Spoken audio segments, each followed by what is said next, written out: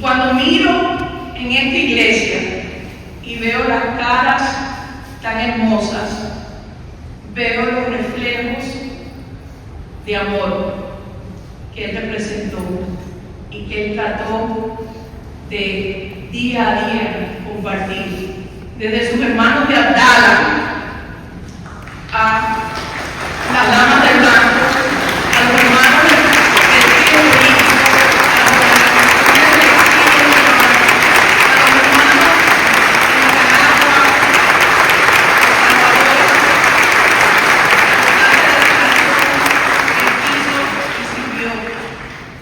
ese fue su gran tesoro. So when I try to come up with 3 words to describe what he represented, I kept on falling on these 3 characteristics: purpose, principle, and passion. Those of us who had the honor to work for him understood, and we felt, that we were serving a greater purpose. Lincoln knew that our time here on earth is short. He was determined to make it count.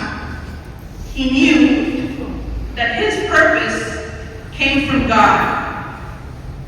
He would serve as his instrument.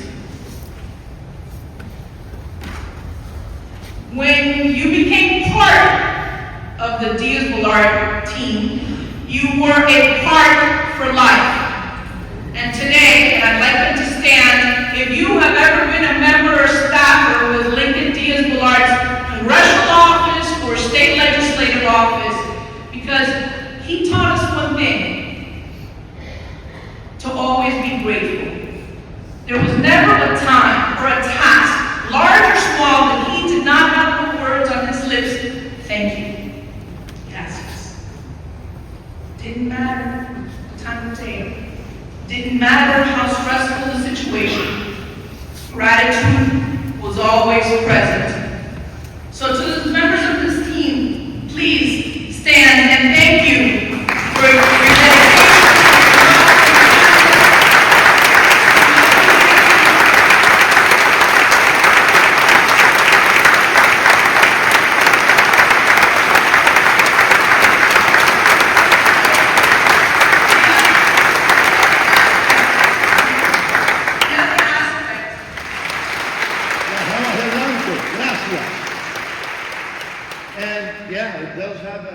Ring to it.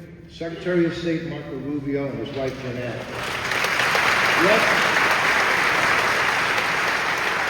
What an extraordinary, brilliant statesman. I hope you know how proud you make all of us. Mr. Secretary.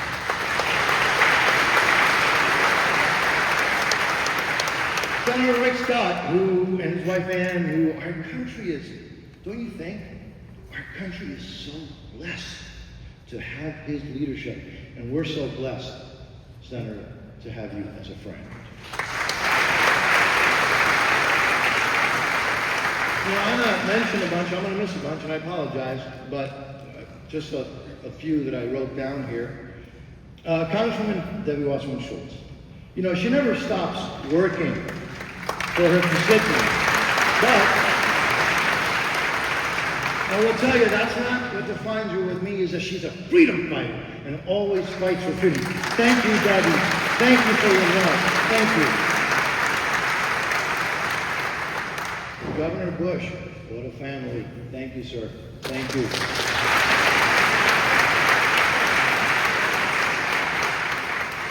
Where are my current colleagues? I know that Maria Elvira Salazar is here, and she is a woman whose passion, energy, and persistence mean that there's literally no obstacle that she does not defeat. And then also, obviously, my other current colleague, Congressman Carlos Jimenez, who in Congress is respected, admired, listened to by all of his colleagues. Thank you, my dear friend. The Speaker, the brilliant Speaker of the Florida House, and all of our state legislative colleagues, thank you for your honoring us and honoring Lincoln. And to the other elected officials who are here, thank you for your presence. Thank you for honoring us with what you do and spending this time with us today, honoring Lincoln.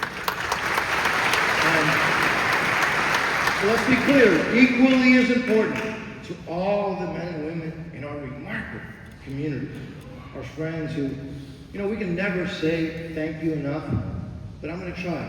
Thank you for being here. Thank you for your love. Thank you for honoring my brother. A todos ustedes que están acá, los que están aquí, los que no pudieron estar acá, pero a nuestra gran comunidad, gracias. Gracias por su amor y su apoyo. Gracias a todos ustedes.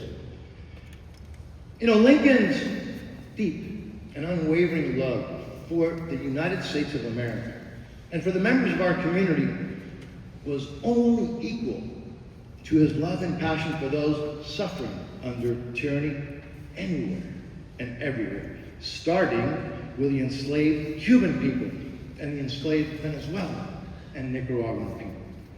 As a legislator, Lincoln was a master. He studied and he learned and he read how to use the rules of the House to get remarkable things done.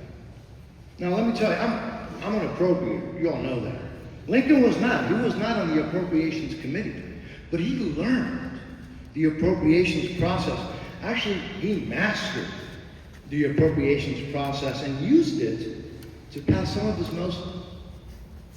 most important legislative victories. His integrity, his work ethic, his devotion to keeping his word, his passion, and relentless dedication to serving others earned him the respect of his colleagues. And these and so many other virtues Lincoln learned from our father, Rafael, and mother Hilda, and also from our older brother, Rafael, who we call Rafa. And Lincoln lived them without compromise. Without compromise. Without compromise, Lincoln dedicated his life to what I believe is the most noble cause of all.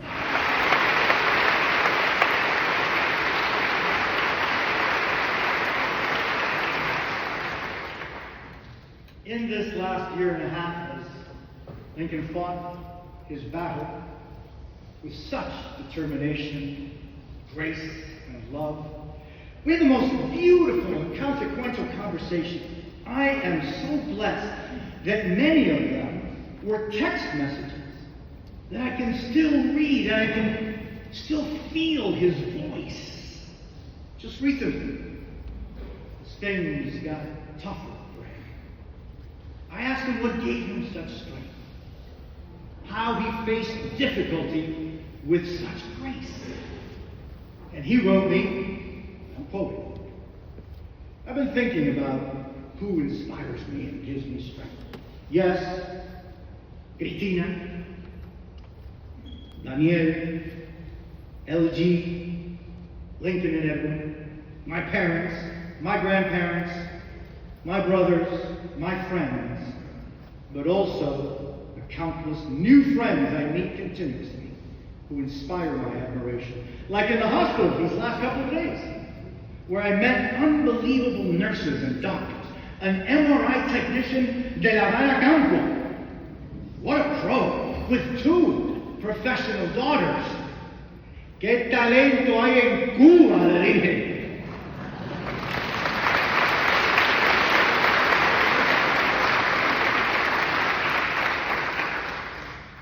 That man is so wise. His talent and his daughter's success inspires me.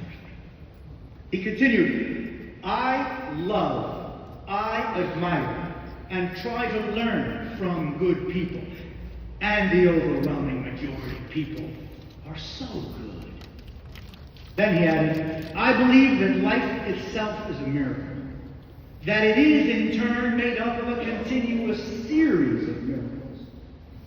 From the miracle of conception and birth to the miracle of an infinite afterlife.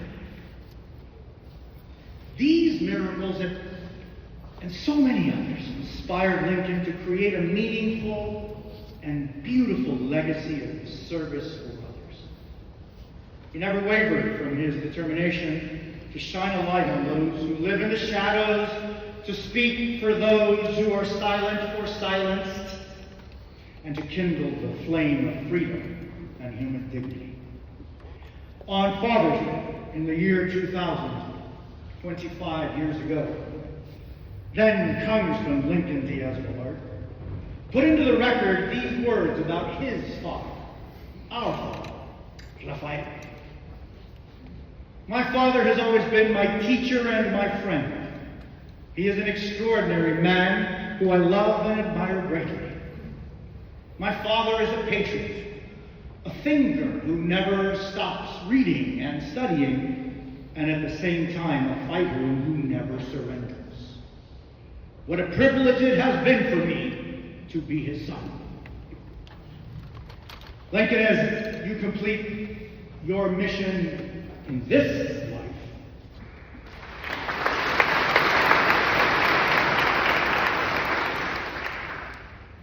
a los presos políticos que nos honran profundamente con su presencia, su heroísmo, su valentía y su ejemplo es lo que inspiró a Lincoln a lo largo de su vida.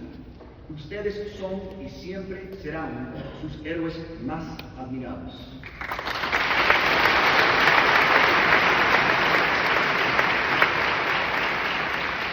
Hace 2 o 3 días pude escuchar las palabras del valiente y incansable ex preso político Jorge Luis García Pérez Antúnez.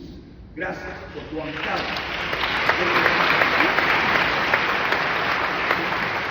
Me emocionó mucho cuando hablaste sobre lo cercano que Lincoln siempre estuvo al dolor y al sufrimiento de los presos políticos.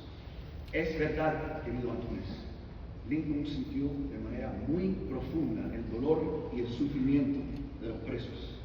Y su indignación por la condenable falta de solidaridad internacional hacia el pueblo oprimido cubano es lo que lo impulsó a luchar como lo hizo, sin tregua.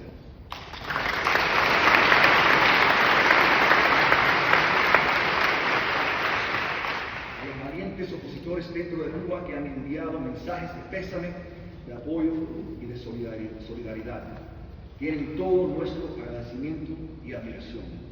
El coraje que muestran y la forma digna con la que enfrentan al régimen opresor nos inspira a todos. Nunca los olvidaremos.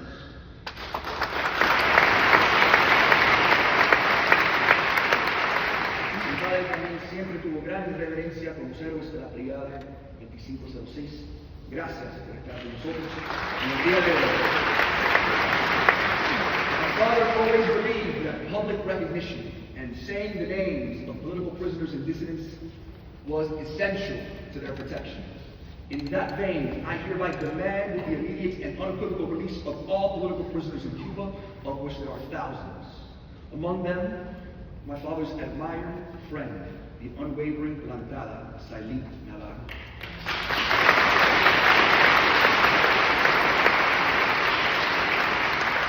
For the immediate release of Patria rapper Miguel Osorbo and the release of renowned artist Luis Manuel Otero Alcántara.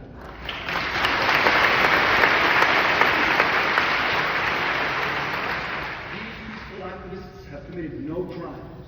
They only seek peace, fraternity, and freedom. All political prisoners in Cuba must be released immediately.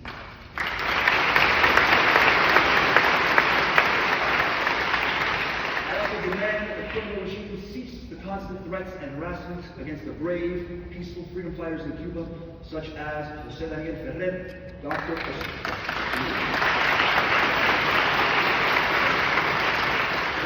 Oscar Elias Bisset, Felix Navarro, and the inimitable, unshakable, and relenting ladies in white.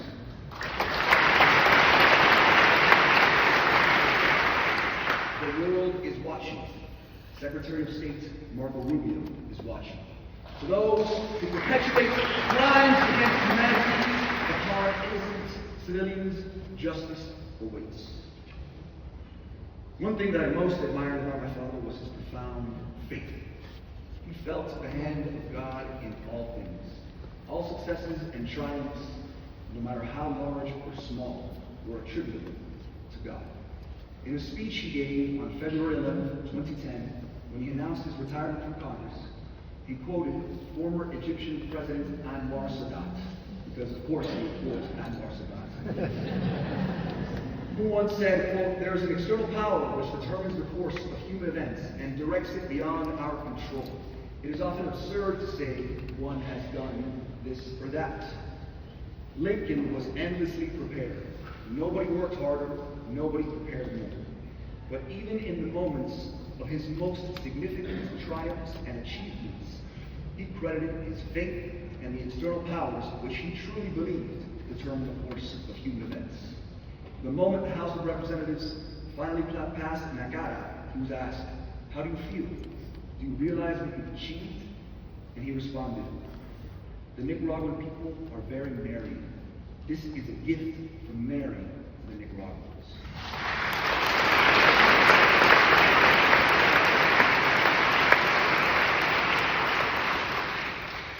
Lincoln had much reverence for the phrase, "To whom much is given, much is expected." He always did everything in his power to help others.